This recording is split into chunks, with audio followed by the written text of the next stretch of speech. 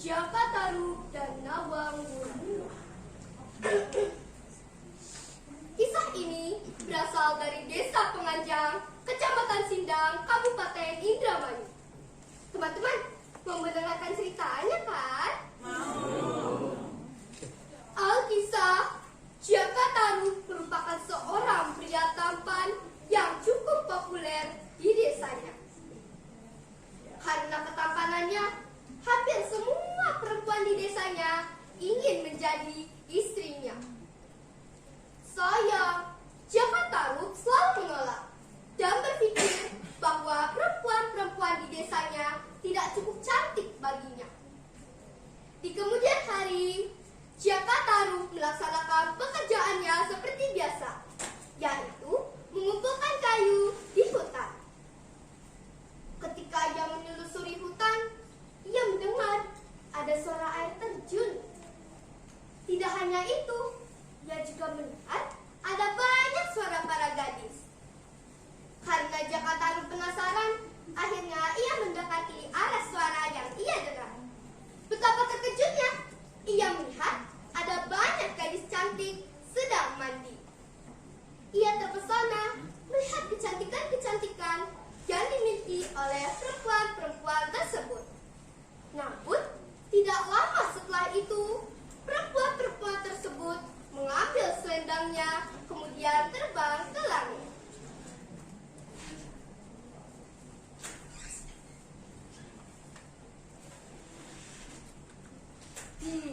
Mereka bukan perempuan biasa.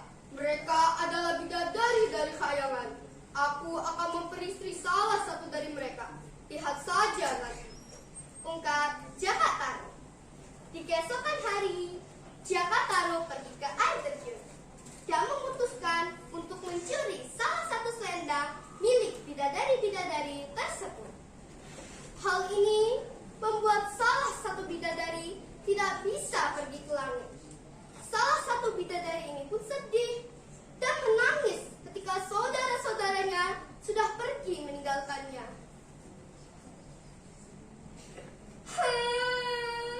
Siapa yang tega melakukan ini padaku?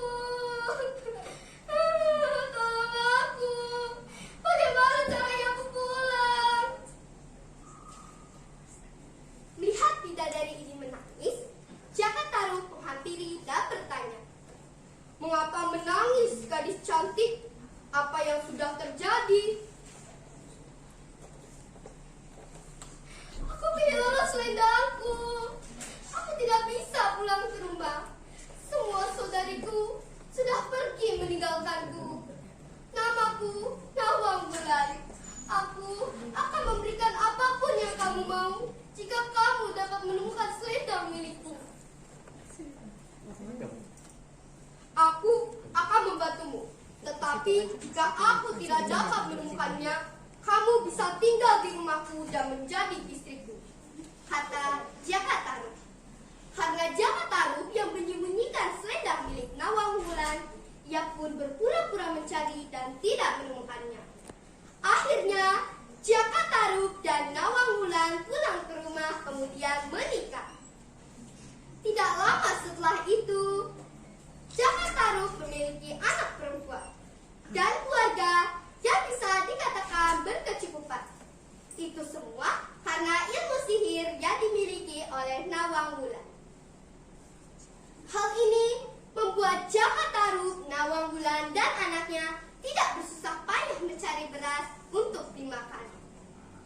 Namun, Nawang Wulan selalu merahasiakan itu dan menyuruh Jakataru untuk tidak membuka tutup periuk saat memasak.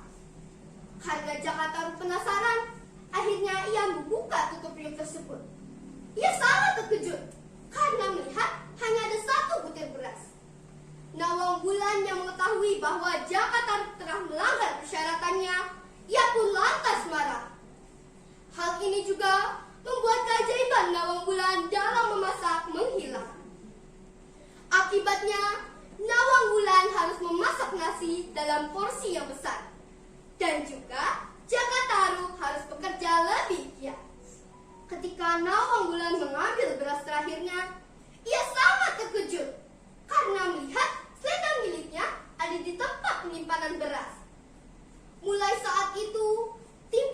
keinginan Nawang Wulan untuk kembali ke kayangan. Bagaimana dengan anak kita yang masih kecil dan menyusui ini? Apakah kamu tega meninggalkannya? Tanya Jaka Tarub. Apa boleh buat? Aku harus pergi sekarang. Untuk itu, buatkan aku anjang-anjang yang dirambati tanaman labu putih. Jika anak kita ingin menyusu, letakkan anak itu di atas anjang-anjang dan bakarlah merang hitam. Kalau aku mencium asapnya, aku akan turun ke bumi untuk menyusuinya. Ungkap Nawang Wulan. Demikianlah yang dilakukan Jaka Tarub sehingga anaknya sudah besar dan tidak menyusu lagi. Itulah sebabnya mengapa di Penganjang tidak boleh menanam merang ketan hitam dan menanam labu putih. Hikmah dari cerita ini adalah kita harus bertindak jujur, karena kejujuran sekecil apapun itu akan mendatangkan kebahagiaan untuk kehidupan kita di masa depan. Wabillahi taufiq wal hidayah. Wassalamualaikum warahmatullahi wabarakatuh.